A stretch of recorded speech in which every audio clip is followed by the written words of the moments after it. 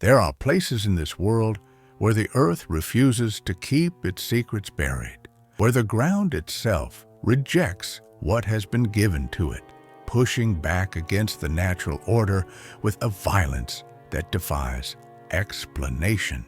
In the Arizona Territory of 1864, during the bloodiest year of a war that tore a nation apart, there existed such a place, a cemetery on the edge of a mining town called Resurrection Bluff, where every night, without fail, the dead would rise. Not as legends whispered around campfires, not as stories told to frighten children, but as a documented, witnessed, undeniable horror that drove men to madness and left the town's very name a bitter, mocking irony. The town of Resurrection Bluff sat in a basin surrounded by red stone formations that looked like the broken teeth of some ancient beast. It had sprung up almost overnight in 1862 when a prospector named Josiah Trent discovered a rich vein of silver running through the southern ridge. Within months, the population swelled from a handful of tents to nearly 300 souls, all drawn by the promise of wealth hidden in the unforgiving desert soil. They built their town quickly, desperately, with weathered wood hauled across miles of wasteland and adobe brick baked under a sun that showed no mercy. The cemetery came later, as cemeteries always do.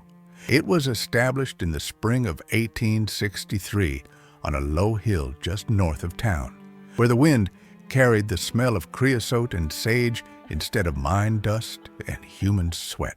The ground there was hard, rocky, difficult to dig, but it was the only land that wasn't claimed for mining or building. They called it Peace Hill, though there would be precious little peace found there.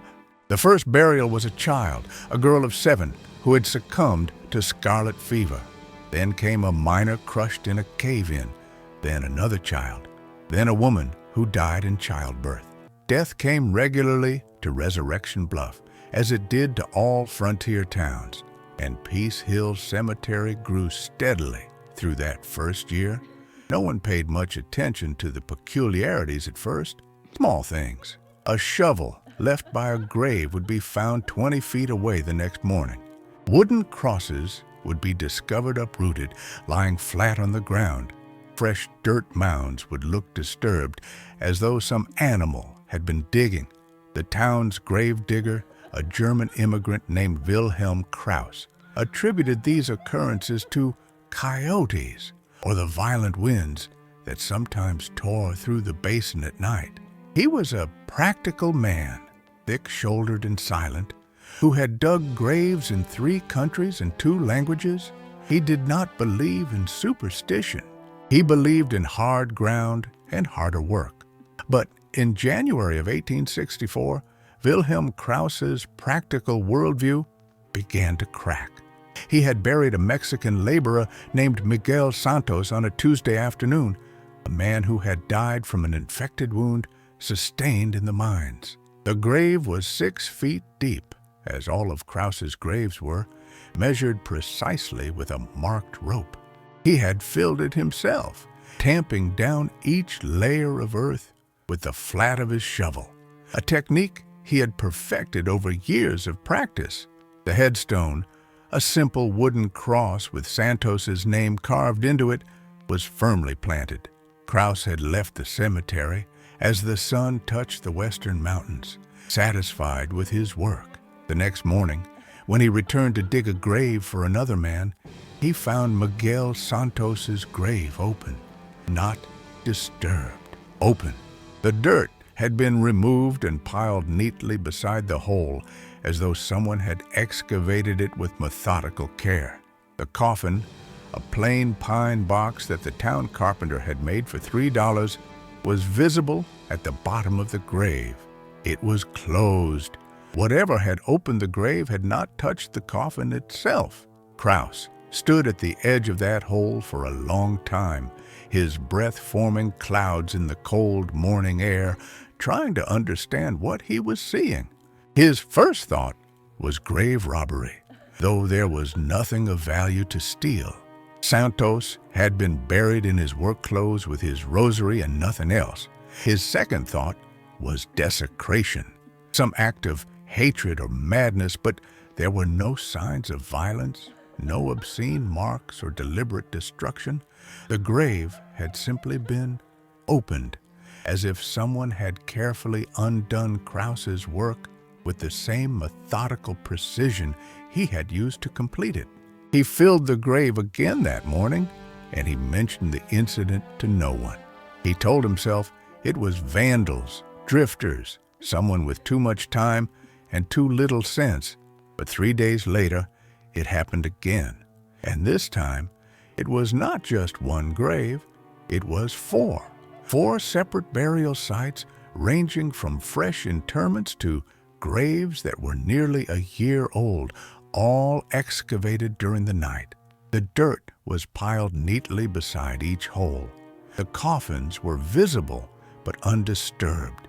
And this time, there were witnesses.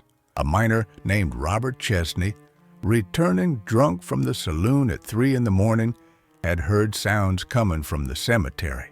Digging sounds, the scrape of metal on stone, the soft thud of dirt being moved. He had been curious enough, or drunk enough, to investigate. What he described to the men gathered in the saloon the next afternoon made them laugh at first, then fall silent. He said he had seen shapes moving in the darkness of the cemetery, man-shaped, but not quite right in their movements. He said they were digging, working in complete silence except for the sounds of their labor. He said that when he called out to them, asking what in hell they were doing, they had stopped, all of them at once.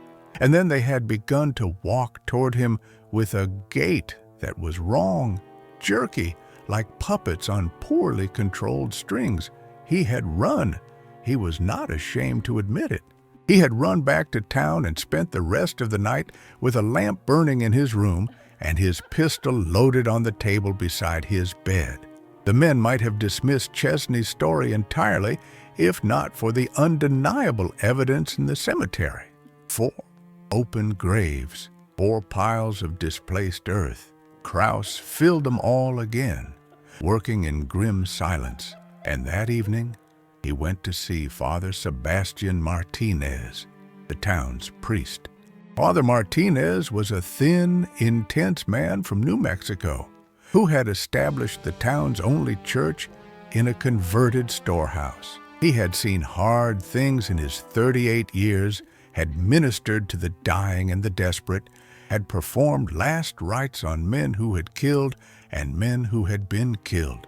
But when Krause told him about the graves, about the methodical opening and the neat piles of earth, Father Martinez's face went pale. He agreed to accompany Krause to the cemetery that night to keep watch. They brought lanterns, blankets, and coffee, and they positioned themselves behind a large boulder that overlooked the burial ground. The night was cold and clear, the stars brilliant in the absence of any competing light. They waited in silence, watching the dark shapes of the graves and crosses against the slightly lighter darkness of the sky. Father Martinez prayed quietly, his rosary moving through his fingers in a familiar rhythm. Krause simply watched, his practical mind trying to find a reasonable explanation for what had been happening. Just after midnight, they heard it. A sound like breath, but not quite. A sigh that seemed to come from the earth itself, a long exhalation that made the hair on Krause's arms stand up, and then movement.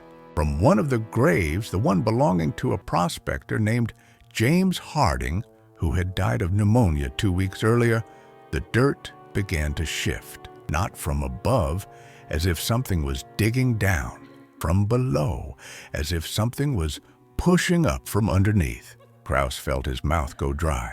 Beside him, Father Martinez stopped praying, the rosary frozen between his fingers. They watched as the earth over Harding's grave heaved, then settled, then heaved again. It was like watching something breathe, the ground itself rising and falling in a terrible parody of life. And then, impossibly, fingers emerged from the dirt. Gray fingers, dirt-caked and stiff, pushing up through the hard-packed earth as easily as one might push through water.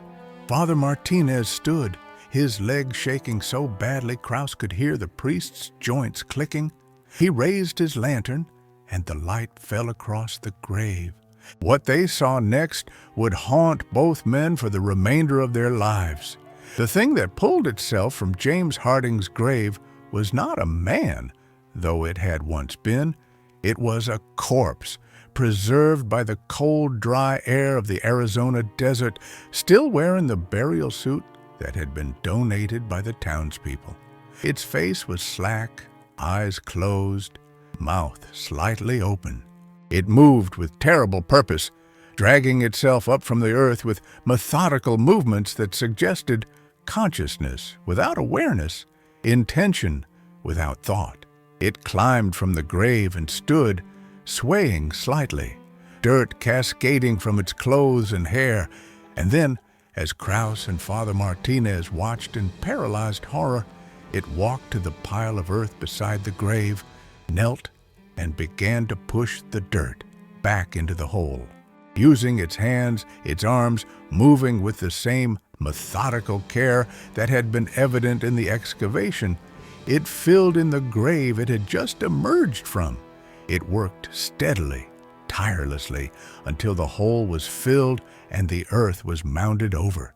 Then it stood, walked to the cross that marked the grave, planted it firmly in the soft dirt, and lay down on top of the mound. Within seconds, the earth began to open beneath it, and it sank slowly into the ground, the dirt closing over it like water, accepting a stone. They were not alone. As Father Martinez and Kraus stared at the now sealed grave, they became aware of movement throughout the cemetery. Everywhere, in every direction, the dead were rising. Some pushed up through the earth as Harding had done. Others, more recently buried, seemed to have an easier time of it, emerging from loose soil with terrible efficiency. They did not make sounds. They did not appear to see anything around them. They simply rose, performed their task of refilling their own graves, and returned to the earth. The entire process took perhaps 30 minutes from start to finish, and when it was done, the cemetery looked exactly as it had at sunset, with every grave properly filled and every cross in place. Father Martinez vomited behind the boulder, the sound harsh in the returned silence. Kraus sat down slowly, his legs no longer able to support him. They remained there until dawn, neither speaking, both trying to process what they had witnessed. When the sun finally rose, painting the desert in shades of amber and rose, they walked back to town on legs that felt made of wood, their minds struggling with the impossible reality they had seen. Father Martinez called for a town meeting that evening. Nearly every adult in Resurrection Bluff crowded into the converted storehouse that served as the church, pressing against each other in the inadequate space, their faces showing a mixture of skepticism and fear. The priest described what he and Kraus had witnessed, his voice steady, despite the trembling of his hands. He spoke of the dead rising, of their methodical labor, of their silent return to the earth. He spoke with the authority of his office and the weight of his obvious sincerity. And when he finished, the room erupted in argument. Some declared it impossible, a hallucination born of bad whiskey or exhausted minds. Others recalled the stories Chesney had told, the open graves that Kraus had found. A few of the older men, those who had lived longer in frontier territory, spoke in hushed tones of Native American beliefs about angry earth and places where the dead do not rest. The town's doctor, a cynical New Englander named Edmund Worth, proposed that what Father Martinez had seen was some natural phenomenon, perhaps gases in the soil causing the earth to shift and create the illusion of movement. But his explanation felt hollow even to those who wanted to believe it. The meeting ended without resolution, but it was agreed that a larger group would keep watch the following night. 10 men volunteered, including the town marshal, a former Union soldier named Samuel Garrett, who had lost an arm at Shiloh and wore his skepticism like armor. They armed themselves with rifles, lanterns, and whiskey, and they positioned themselves at various points around the cemetery, determined to catch whatever was responsible for the disturbances. Father Martinez and Kraus joined them, though neither man was eager to witness again what they had seen the night before. The dead rose at midnight, as they had the night before, as they would every night thereafter. The men of Resurrection Bluff watched in frozen horror as corpses emerged from the earth all around them, from graves fresh and old, from burial sites that held children and men and women, all moving with the same terrible purpose. The dead did not acknowledge the living. They did not attack. They did not even appear to notice the lantern light or the shouted questions. They simply performed their nightly ritual, exhuming themselves from the earth and then reburying themselves with meticulous care, as if compelled by some command that transcended death itself. One of the watching men, a young miner named Thomas Pike, who had arrived in town only 3 months earlier, could not contain himself. He ran forward and grabbed one of the risen dead, a woman who had died in childbirth, intending to restrain her or shake her, or perhaps simply confirm that she was real and not some shared hallucination. The moment his hands touched her cold flesh, she turned to look at him. Her eyes, which had been closed, opened. They were white, completely white. The pupils gone or rolled back so far they were invisible. She opened her mouth, and a sound came out that was not a scream or a moan, but something else entirely, a sound like wind through a cave, hollow and vast and utterly devoid of humanity. Pike released her and stumbled backward, falling over a headstone. The woman did not pursue him. She simply turned back to her task, kneeling by her grave to push dirt back into the hole she had emerged from. But Pike was changed. He lay on the cold ground, staring at nothing, his mouth working soundlessly. When the other men finally helped him to his feet and led him back to town, he could not stop shaking. Within a week, he would pack his few belongings and leave Resurrection Bluff, heading east, and never speaking of what he had seen to anyone for the rest of his life. The news spread quickly. Resurrection Bluff's impossible cemetery became the subject of stories that traveled with prospectors and traders, with soldiers and settlers. Some called it a hoax, an elaborate deception designed to attract attention or tourists. But those who visited the town and kept watch for themselves returned with the same haunted expressions, the same inability to fully articulate what they had witnessed. The cemetery where the dead buried themselves every night, where the earth accepted its burden at dawn and expelled it at midnight, over and over, in an eternal cycle that made a mockery of both life and death. Father Martinez became obsessed with finding an explanation, a reason, anything that might make sense of the horror. He searched through church records, through territorial documents, through every scrap of information he could find about the land where the cemetery had been built. What he discovered made the situation immeasurably worse. The hill where Peace Hill Cemetery stood had not been empty when the town was founded. It had been a burial ground long before white men came to the basin. The Apache people, who had lived in the region for centuries, had considered it sacred, a place where the dead were placed to journey to the next world. They had marked it with stones in patterns that had meaning, had performed ceremonies there that connected the living and the dead in ways that the priest's religion could not fully comprehend. When the miners came, they had cleared those stones to make room for their own graves. They had desecrated a sacred place, not through malice but through ignorance, through the blind assumption that the land belonged to whoever could claim it, and the earth, it seemed, was not willing to accept this desecration quietly.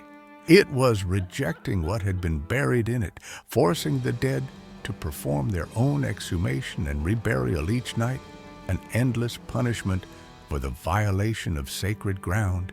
Father Martinez brought this information to the town council, a group of 5 men who owned the largest mining operations and made most of the decisions that affected Resurrection Bluff. He proposed that they relocate the cemetery, that they find another place for their dead, and perform whatever ceremonies or compensations might appease the land they had violated.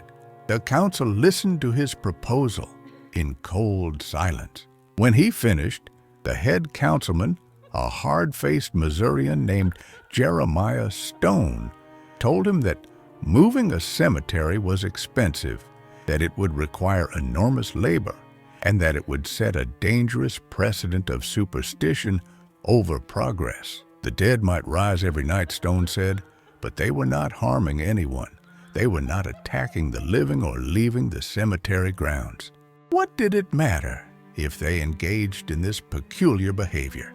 The living had work to do, silver to extract, a town to build. The dead could do as they pleased. This decision, made with the cold calculus of practical men, would prove catastrophic, because what the council failed to understand, what even Father Martinez had not fully grasped, was that the nightly resurrections were not static. They were changing, growing stronger, becoming something more than they had been at the beginning. The dead were learning. It started with small changes. The risen dead began to move more smoothly, their jerky, puppet-like gait becoming more fluid, more natural. They began to open their eyes while they worked, those terrible white eyes that reflected lantern light like mirrors. They began to turn their heads to look at things, though they still did not acknowledge the living watchers who came each night to witness their ritual. The process of their rising became faster, taking only minutes instead of the half hour it had required at first, and the dead stayed above ground longer, lingering after their graves were refilled, standing among the headstones as if remembering something they had forgotten. Wilhelm Krause noticed these changes because he was at the cemetery every day, tending to the new burials that came with grim regularity. Resurrection Bluff was not a safe place, and death was as common as dust. He saw how the ground over older graves began to show wear patterns, paths in the dirt, where the nightly exhumations created permanent disturbances. He saw how the wooden crosses were being touched by the dead, gripped and sometimes moved, as if the risen were trying to understand what the markers meant. And he saw something else, something that filled him with a dread he could not articulate. He saw the dead looking at each other, their wide eyes meeting across the cemetery, their movements sometimes coordinating as if they were developing awareness not just of their task, but of each other. He tried to explain this to Father Martinez, but the priest was lost in his own despair. Martinez had written letters to his bishop, to scholars, to anyone he thought might have knowledge or authority to help. The responses he received, when they came at all, were dismissive or disbelieving. One priest suggested he was suffering from exhaustion and needed rest. A scholar of Native American cultures wrote back saying that while the Apache certainly had burial customs, there was no documented phenomenon like what Martinez described, and perhaps he should consider more rational explanations. The bishop did not respond at all. Martinez began to drink, spending his evenings in his small room behind the church with a bottle of whiskey and his unraveling faith. In March of 1864, a new person was buried in Peace Hill Cemetery. Her name was Sarah Whitmore, and she had been the school teacher, a rare and precious position in a rough mining town. She had died of consumption at age 24, her youth and vitality consumed by the disease over the course of 6 terrible months. The entire town attended her funeral, more than 200 people crowding around the grave as Father Martinez performed the burial rites with a voice made hoarse by whiskey and grief. Sarah had been kind, educated, beautiful in the way that made men gentle and women protective. Her death felt like a particular cruelty, even in a place where death was mundane. Wilhelm Krause buried her with extra care, making sure the grave was deep and properly aligned, the coffin level, the dirt tamped down in firm layers. He placed flowers on the fresh mound, wild desert blooms that Sarah had loved to collect. And that night, he did something he had stopped doing weeks ago. He went to the cemetery to watch. He told himself it was to pay respects, to witness Sarah's first night of this cursed ritual. But in truth, he was drawn by a compulsion he could not name, a need to see how the nightly resurrection would treat someone who had been truly good, as if goodness might offer protection even here. Sarah Whitmore rose at midnight like all the others, her body pushed up through the earth, her white funeral dress stained with soil, her blonde hair matted with clay. But something was different. She rose more slowly than the others, and when she stood beside her grave, she did not immediately begin to refill it. Instead, she stood still, her face tilted toward the star-filled sky, her mouth slightly open as if tasting the air. And then she turned. She turned and looked directly at Wilhelm Krause, where he stood behind his usual boulder, and her white eyes fixed on him with an intensity that stopped his heart. She began to walk toward him, not with the jerky movements of the other risen dead, but with a smooth, purposeful stride. She walked as she had walked in life, with grace and determination. Krause wanted to run, every instinct screaming at him to flee, but his legs would not obey. He stood frozen as Sarah Whitmore approached, as she stopped 3 feet in front of him, as she raised one dirt-caked hand and pointed at him. Her mouth moved, worked, as if trying to remember how to form words. And then, in a voice like wind through grass, like whispers in an empty room, she spoke. She said, "Wake." That single word, spoken in her voice, but not quite her voice, was enough to break Krause's paralysis. He turned and ran, crashing through the desert scrub in blind panic, not stopping until he reached the edge of town. Behind him, he could hear nothing except his own ragged breathing and the pounding of his blood in his ears. He did not return to the cemetery that night. He did not return for 3 nights after. When he finally forced himself to go back to fulfill his duties as gravedigger, he found Sarah Whitmore's grave properly filled and marked, indistinguishable from all the others. But something had changed in him. Something had broken or shifted or awakened. He began to dream of the cemetery, of hands reaching up through earth, of white eyes in darkness. He would wake gasping in his small room, convinced that he could hear digging sounds coming from beneath his floorboards. He began to avoid the cemetery whenever possible, fulfilling only the minimum requirements of his position. And he was not alone in his deterioration. Others in town who had witnessed the nightly resurrections began to show similar signs of strain. Dr. Edmund Worth, who had spent several nights at the cemetery attempting to document the phenomenon scientifically, stopped sleeping entirely. He would walk the streets at all hours, his medical bag clutched to his chest, his eyes red-rimmed and vacant. He began to insist that the dead were not truly dead, that death itself was a misunderstood process, that what they were witnessing was the natural state of things, and the real aberration was burial, the forcing of the dead to remain beneath the earth. His increasingly frantic theories alienated him from the other townspeople, and eventually he was found in his office having consumed a lethal dose of laudanum, a stack of journals filled with illegible notes scattered around his body. Marshal Samuel Garrett, who had faced Confederate cavalry charges without flinching, began to carry his pistol everywhere, even to church, even to bed.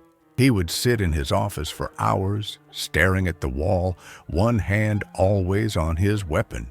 When asked if he was well, he would say only that he was waiting. When pressed to explain what he was waiting for, he would smile a terrible smile and say, "For them to remember, they can leave." No one understood what he meant, but the words lodged in people's minds like splinters, uncomfortable and impossible to remove. The town began to change in subtle ways. People stopped having funerals at night, insisting on morning or afternoon burials, so they could leave the cemetery well before sunset. Attendance at funerals dropped, with only the closest family members willing to stand at the graveside. Children were forbidden from going anywhere near Peace Hill, though some of the braver ones would dare each other to approach the cemetery boundary during daylight, standing as close as they dared before running away shrieking with excitement and terror. The topic of the resurrections became something people didn't discuss in public, a shared knowledge that was treated like a shameful secret. But secrets have a way of spreading, and by spring of 1864, Resurrection Bluff had attracted the attention of people from outside the territory. Journalists came, representing newspapers from San Francisco to New York, seeking the sensational story of the haunted cemetery. Most were disappointed to find that the townspeople were reluctant to discuss the phenomenon and actively hostile to outsiders who came seeking entertainment from their suffering. A few journalists stayed long enough to witness the nightly resurrections themselves, and their published accounts ranged from skeptical to terrified, though all agreed that something genuinely inexplicable was occurring. One visitor was different from the rest. She arrived in late April, a woman traveling alone in a covered wagon pulled by two sturdy horses. Her name was Abigail Thorne, and she claimed to be a scholar of frontier spiritualism and Native American beliefs. She was perhaps 40 years old, dressed in practical traveling clothes, with iron gray hair pulled back in a severe bun and eyes that missed nothing. She paid for a room at the boarding house and spent her first 3 days in Resurrection Bluff simply observing, speaking to townspeople when they were willing to talk, taking notes in a leather-bound journal, visiting the cemetery during daylight hours to study the layout and the graves. Father Martinez met with her at her request and found himself talking more openly than he had to anyone in months. She listened without judgment as he described everything that had happened, from the first disturbed graves to Sarah Whitmore speaking to Wilhelm Krauss. She asked precise questions about timing, about the specific movements of the dead, about any patterns or changes he had observed. When he finished, she sat in silence for a long moment, her fingers steepled beneath her chin, her expression thoughtful. "What you're describing," she said finally, "is not a haunting. It's not possession. It's something that exists in the spaces between different ways of understanding the world. The Apache people who used this land before you had a different relationship with death, with the earth itself. They understood that some places hold memory, hold intention, hold a kind of consciousness that we, in our cities and churches, have forgotten. You violated this place, not through malice, but through ignorance, and the land is responding in the only way it knows how. It's trying to undo what was done. It's trying to purge itself. Martinez felt a chill despite the warmth of the day. Then what can we do? He asked. How do we stop it? Abigail Thorne looked at him with something like pity in her eyes. You don't stop it, she said. You can only hope to survive it, because what you've started here is going to run its course, and I suspect that course is going to become much worse before it reaches its end. She agreed to witness the nightly resurrections, and Father Martinez accompanied her to the cemetery that night, along with Wilhelm Krause and a handful of others brave enough or curious enough to watch once more. Abigail brought no weapons, no religious icons, only her journal and a small leather pouch that hung from her belt. She positioned herself in clear view of the graves, making no attempt to hide or protect herself, and she waited with a patience that seemed almost supernatural. The dead rose as they always did, emerging from the earth in a display that no amount of repetition could make less horrifying. But this time, Abigail watched them with the intensity of a naturalist observing a rare species, noting their movements, their coordination, the way they seemed to be moving with increasing awareness and purpose. She counted them as they rose, 43 in total, every person buried in Peace Hill Cemetery, from the first child to Dr. Worth, who had been interred just 3 days earlier. She watched as they performed their ritual, refilling their graves with methodical care, and she watched as one by one they completed their task and stood among the headstones, their wide eyes reflecting the starlight, their bodies perfectly still. They're waiting, Abigail said quietly. They're waiting for something or someone. This is not the end of what's happening here. This is still the beginning. As if in response to her words, one of the dead began to move differently from the others. It was Dr. Worth, still wearing the suit he had been buried in, his face bearing the gray pallor of death.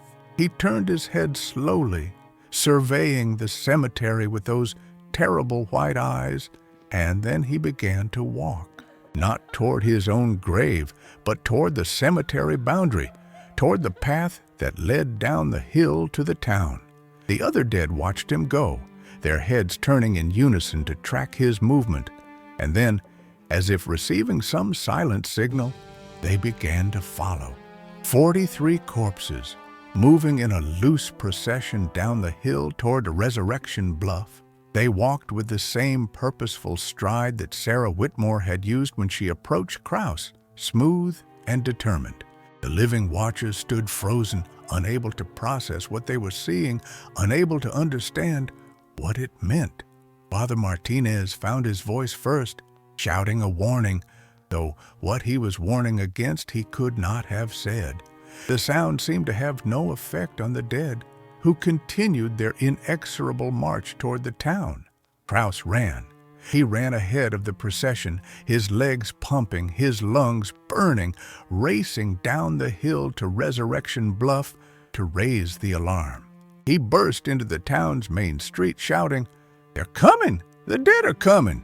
People emerged from buildings, from homes, confused and frightened by his panic. And then they saw what he was running from.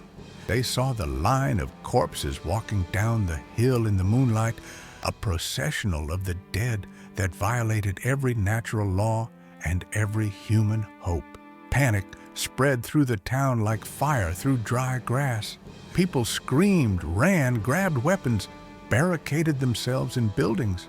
Marshal Garrett organized what defense he could, positioning armed men along the main street. though what they were defending against and whether bullets would even be effective were questions no one could answer. The dead reached the edge of town and stopped, standing in a line like soldiers at attention, their wide eyes fixed on the living, who faced them with trembling guns and desperate prayers. For a long moment, nothing happened.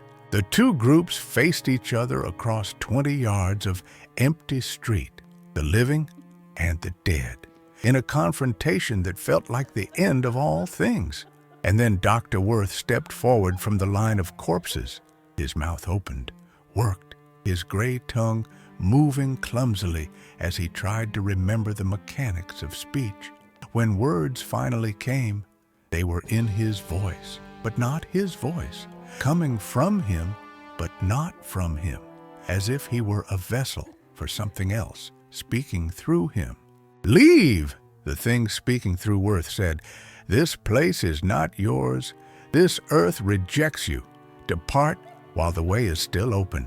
The words hung in the cold night air, their meaning clear, but their implications unfathomable. Jeremiah Stone, who had been standing with the armed defenders, stepped forward. His face was pale, but set with determination. "This is our town," he said, his voice carrying across the empty street. "We built it. We won't be driven out by whatever you are." The dead did not respond with words. Instead, they simply turned all together with synchronized precision and walked back toward the cemetery. They climbed the hill in their orderly line, returned to their graves, and sank back into the earth. Within minutes, the cemetery was still and empty once more, as if nothing had occurred.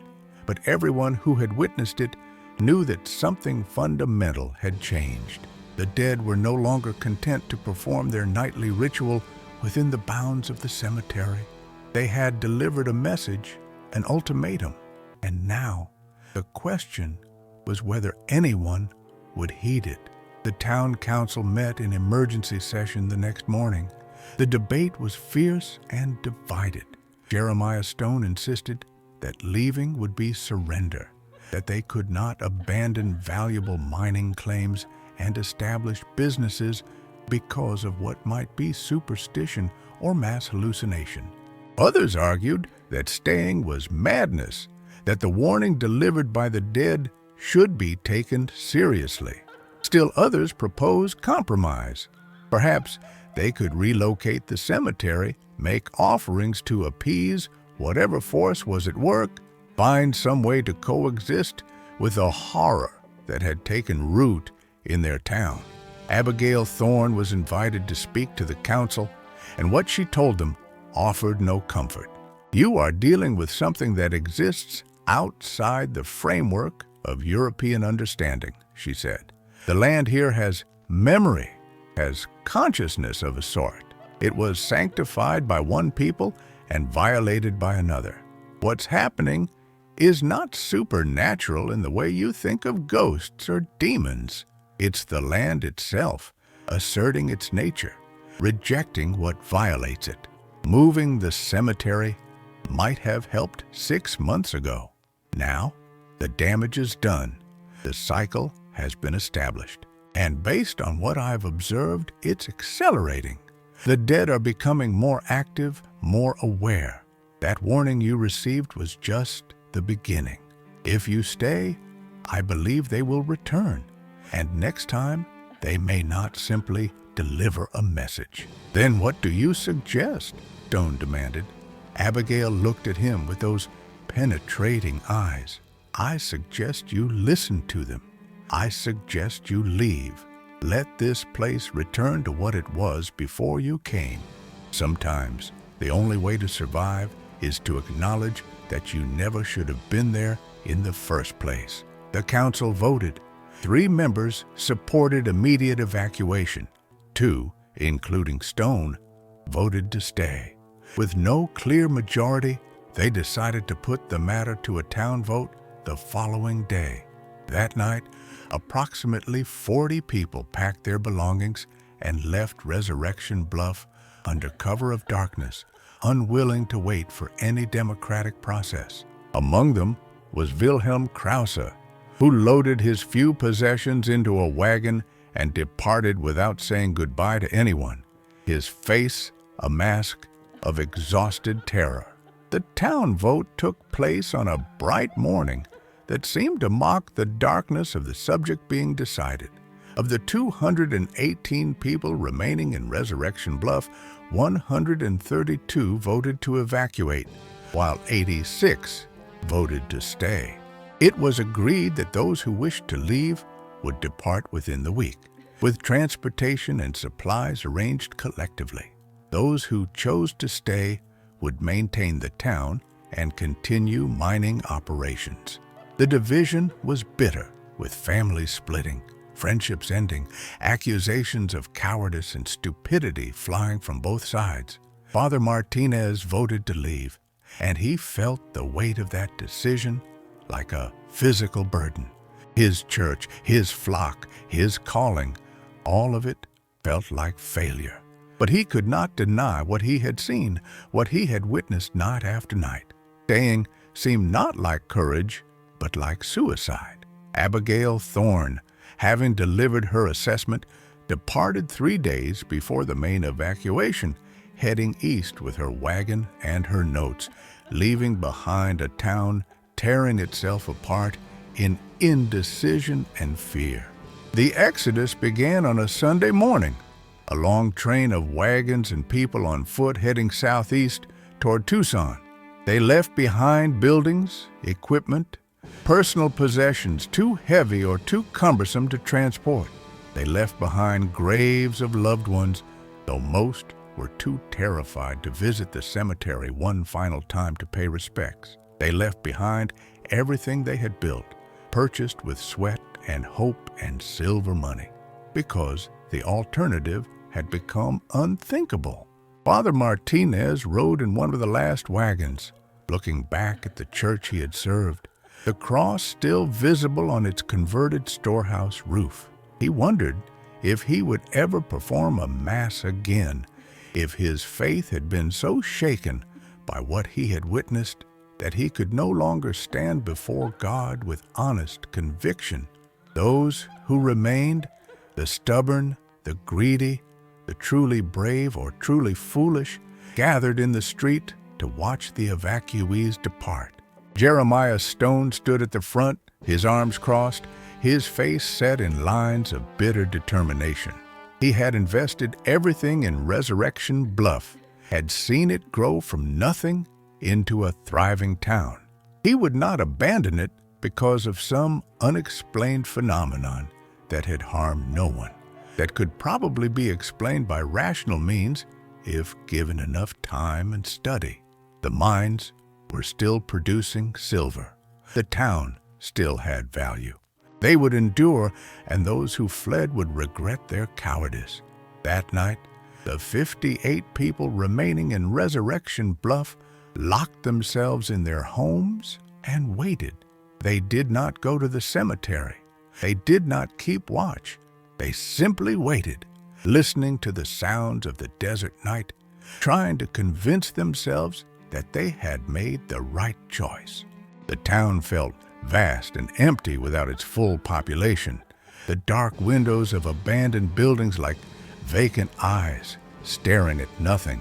At midnight, the dead came again, but this time they did not stop at the edge of town. They walked directly into Resurrection Bluff, spreading through the empty streets like water finding its level. They walked to the buildings where the living had barricaded themselves, and they stood outside, perfectly still, their white eyes fixed on doors and windows. They did not try to force entry. They did not make threats. They simply stood there, a silent vigil, 43 corpses in the moonlight, serving as undeniable proof that the warning had been real and the choice to stay had been catastrophic. Some of those inside screamed, some prayed, some loaded weapons and pointed them at the doors with shaking hands, knowing on some fundamental level that bullets would accomplish nothing. The dead stood their ground until dawn, And when the first light touched the eastern sky, they turned and walked back to their cemetery as they always did, climbing the hill with their smooth, purposeful stride, returning to their graves to complete their nightly ritual. By noon of the following day, another 20 people had fled. They left their possessions, their claims, everything, wanting only to put distance between themselves and what they had seen. Jeremiah Stone watched them go with contempt, but even he looked shaken, his earlier confidence cracking around the edges. That night, fewer dead came to stand in the streets. Only those who had been buried most recently seemed to make the journey, as if the older dead were conserving their energy or something else. The pattern continued for 3 more nights. Each night, the dead would come and stand in silent vigil. Each day, more people would leave. By the end of the week, only 15 people remained in Resurrection Bluff, including Jeremiah Stone, Marshall Garrett, and a handful of miners who had nowhere else to go or were too stubborn to abandon their claims. The town had become a ghost town in the most literal sense, its empty buildings and silent streets haunted by the living as much as the dead. On the 8th night, something changed. The dead came as they had been coming, but this time they did not stand outside buildings. They walked through the town to the cemetery, and they began to dig, not at their own graves, but at the very earth itself, excavating deep holes throughout the burial ground with their tireless hands. They worked in complete silence, their coordination perfect, their purpose clear, only to whatever force drove them. By dawn, the cemetery looked like it had been bombed, the ground pockmarked with holes of varying depths, the headstones pushed aside or buried. Jeremiah Stone went up to the cemetery that morning to see what had been done. He stood at the edge of that violated ground, looking at the destruction, trying to understand what it meant. And then he understood. The dead were not just rejecting their burials anymore. They were rejecting the cemetery itself. They were trying to erase it, to remove all evidence that this place had ever been used to bury the dead of white settlers. They were performing an exorcism, casting out the desecration, and they would continue every night until nothing remained. He returned to town and called for an immediate evacuation of the remaining residents. There was no debate this time, no vote. They simply gathered what they could carry and left that same day. A pitiful group of 15 people abandoning everything they had built. Jeremiah Stone was the last to leave, taking one final look at the town that bore the mocking name of Resurrection Bluff. He thought about the silver still in the mines, the wealth that would remain unclaimed, and he thought about the cemetery on the hill where the dead would continue their work night after night until every trace of human violation had been removed from the sacred ground. The town of Resurrection Bluff was never reoccupied. The buildings rotted and collapsed over the following years, reclaimed by the desert. The mines filled with sand and were forgotten. The territorial government eventually sent a surveyor to document what had happened, but his report was filed away and forgotten, too disturbing and too inexplicable to be given serious consideration. Father Martinez spent the rest of his life in Tucson, never speaking publicly about what he had witnessed, though those who knew him said he never seemed entirely present, as if part of him remained behind in that cursed cemetery, standing watch over the dead who would not rest. Abigail Thorne published a book 3 years later, a scholarly work on frontier spiritualism that included a chapter on Resurrection Bluff. She wrote about the importance of respecting indigenous sacred sites, about the consequences of cultural arrogance and environmental violation. Her work was largely ignored by academics and dismissed by the general public. She died in 1872. Her journals and notes donated to a university library, where they gathered dust for decades before being lost in a fire. Wilhelm Krause ended his days in San Francisco, working as a gardener, never digging another grave. When he died in 1891 at the age of 68, his last words, witnessed by a nurse, were reported to be, "Let them sleep, just let them sleep." No one understood what he meant, and no one thought to ask. He was buried in a city cemetery where the ground was blessed and prayers were said, and the dead stayed buried, as the dead were meant to do. He left no family, no legacy, nothing except a name on a headstone in a crowded urban cemetery far from the Arizona desert, where he had learned that some places remember and some ground will not forgive. The cemetery itself endured longer than the town. Travelers passing through the region in the 1870s reported seeing movement on Peace Hill at night, though most attributed it to animals or tricks of light. By 1880, the wooden crosses had all rotted away or been carried off by wind and time. The graves, those that had been properly filled, became indistinguishable from the surrounding desert. And the holes, those deep excavations made by the dead in their final nights, filled with blowing sand and debris, becoming natural depressions in the landscape that hinted at nothing of their origin.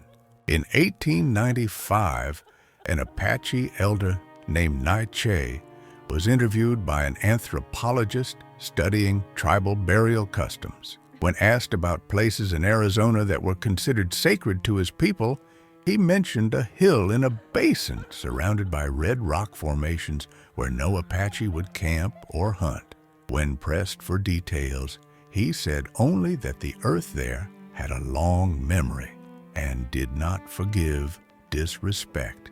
He would say nothing more, even when offered compensation for information. Some knowledge, his silence suggested, was not meant for outsiders. Some places were best left alone. By 1900, the exact location of Resurrection Bluff had been forgotten. Maps showed the region as empty, unsuitable for settlement. No mining operations were ever attempted there again, though surveys indicated that significant silver deposits remained. Those few who inquired about purchasing mineral rights were told that the land was unavailable, though the legal reasons changed depending on who was asked. Some said it was reserved for tribal use. Others claimed it was too close to current Apache settlements. Still others simply said the paperwork had been lost and could not be reconstructed. The truth, obscured by decades and deliberate bureaucratic vagueness, was that certain officials who knew the history had quietly ensured that no one would ever attempt to build there again. Some horrors, they understood, should be left undisturbed. The story of Resurrection Bluff became a legend, told and retold with increasing distortion as the years passed. In some versions, the town was destroyed by an earthquake.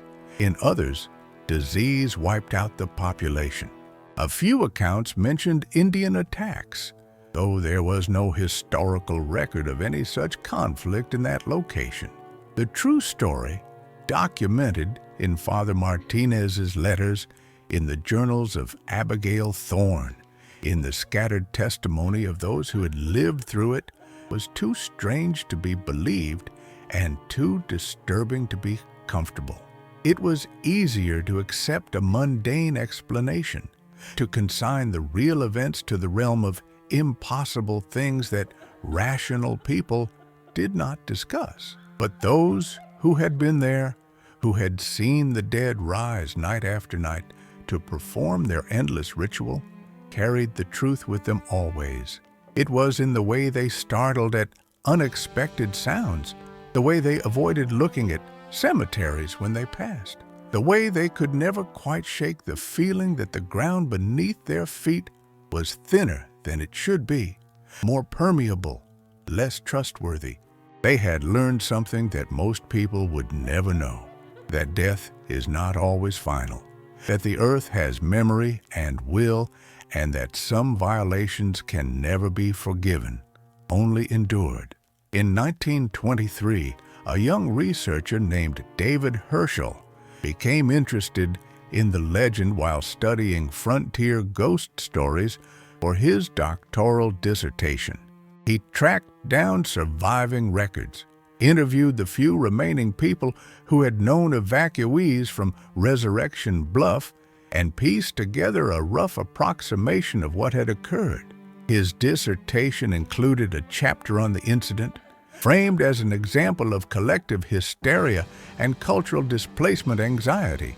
His academic committee praised the work, but suggested he remove the more disturbing details, as they added nothing to the scholarly value of his research. He complied, and the sanitized version of the story appeared in his published dissertation, footnoted and explained away, rendered harmless by academic language and theoretical frameworks. But Herschel kept his original notes, the unedited interviews, the raw accounts that did not fit comfortably into academic theory.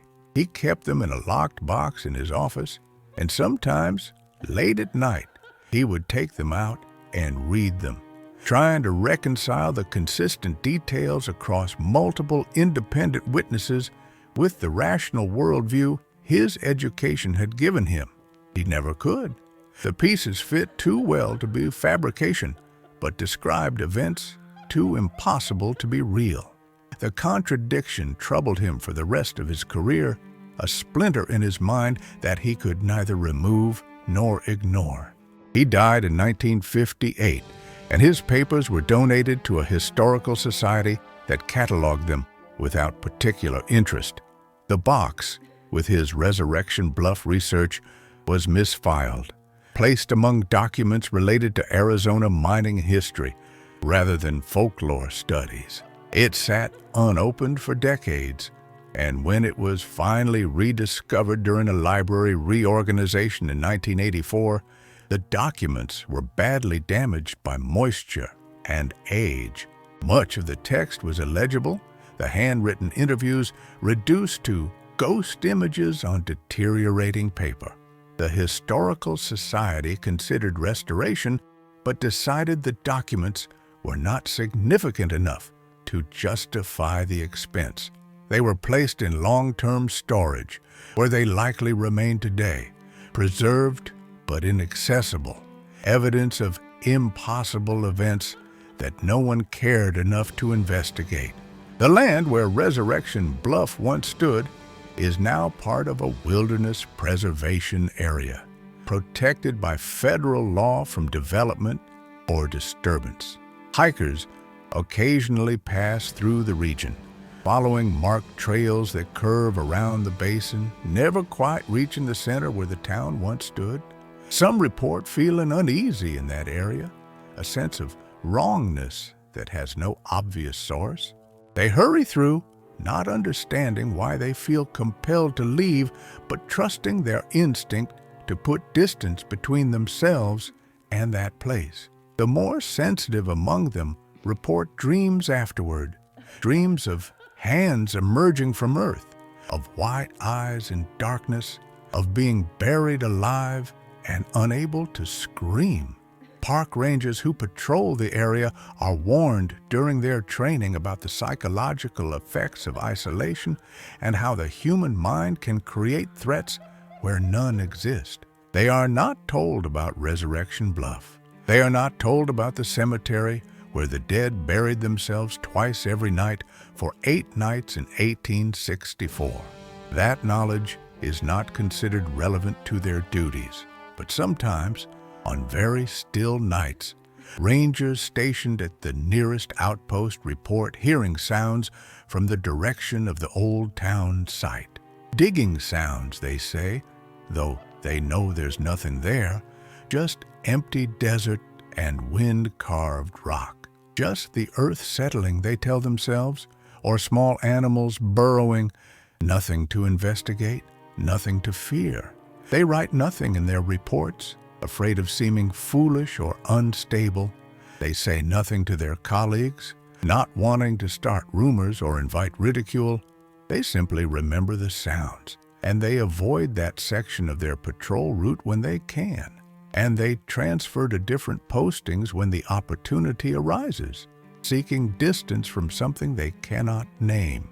In the summer of 2003, a drought lowered water tables throughout Arizona and caused unusual ground shifts in several areas. In the wilderness preservation area that encompasses the old Resurrection Bluff site, the earth settled in places, creating small sinkholes and depressions. A geological survey team was sent to document the changes and assess any potential danger to the trail system. During their survey, they discovered wooden fragments in several locations, remnants of structures long since collapsed. They also found something else, a pattern of holes in the ground in one area, dozens of them, of varying depths, arranged in rough rows that suggested human origin, but no obvious purpose. The team leader, a woman named Dr. Sarah Chin, who had 30 years of experience in desert geology, examined the holes with growing confusion. They were too numerous and too organized to be natural, but too old and too degraded to be recent human activity. She noted them in her report as anomalous depressions of unknown origin and recommended further study. Her recommendation was noted and filed, but no follow-up survey was ever conducted. The holes remained, gradually filling with wind-blown sand, disappearing back into the landscape they had briefly interrupted. Dr. Chen sometimes thought about them, wondering what could create such a pattern, but she had other projects and other mysteries to occupy her attention.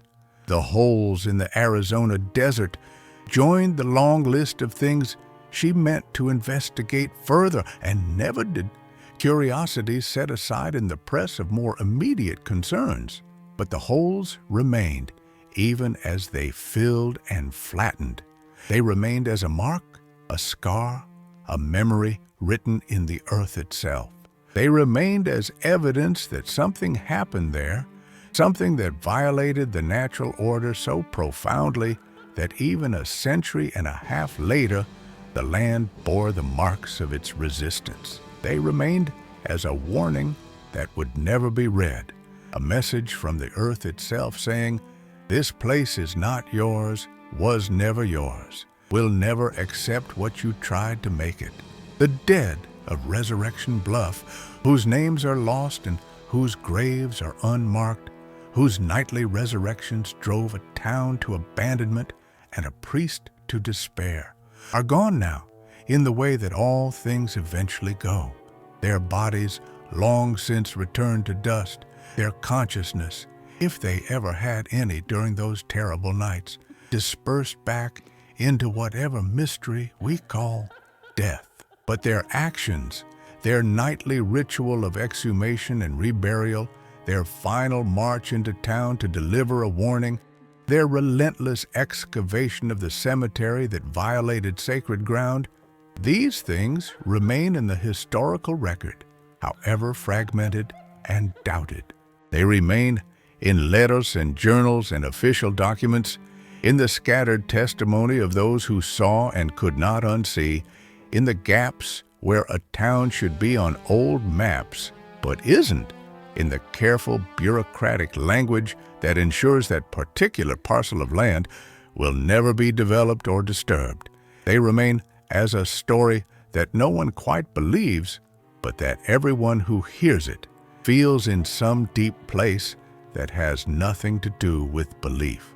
They remain as a reminder that there are places in this world where the rules we take for granted do not apply, where the dead do not stay buried, where the earth itself will rise up against violation. They remain as evidence that some boundaries are not meant to be crossed, Some ground is not meant to be claimed. Some frontiers are not meant to be settled. And on certain nights, when the wind moves through the basin where Resurrection Bluff once stood, it carries sounds that might be nothing more than air moving through rock formations, the natural music of erosion and time. But to those who hear it with knowing ears, to those who carry the burden of impossible knowledge, it sounds like digging. It sounds like the scrape of hands against earth, the soft thud of dirt being moved, the patient, endless labor of the dead performing their ritual. It sounds like the ground itself breathing, inhaling and exhaling, accepting and rejecting in a rhythm that predates human understanding and will continue long after we are gone. There are places in this world where the earth refuses to keep its secrets buried, where the ground itself maintains memory and will not forgive, where the dead, given sufficient cause and sufficient violation, will rise not once but endlessly, teaching the living the hardest lesson, that this world does not belong to us, never did, and never will, no matter how many claims we file, or how many towns we build, or how many graves we dig. Some frontiers are marked by those who crossed them and lived to tell of their folly.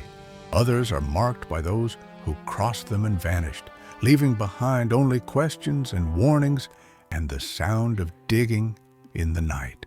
Resurrection Bluff was both, a frontier crossed and a price paid, a lesson learned and a warning given to all who would follow. May those who come after have the wisdom to heed it and the humility to understand that some places, some ground, some frontiers were never meant to be ours at all.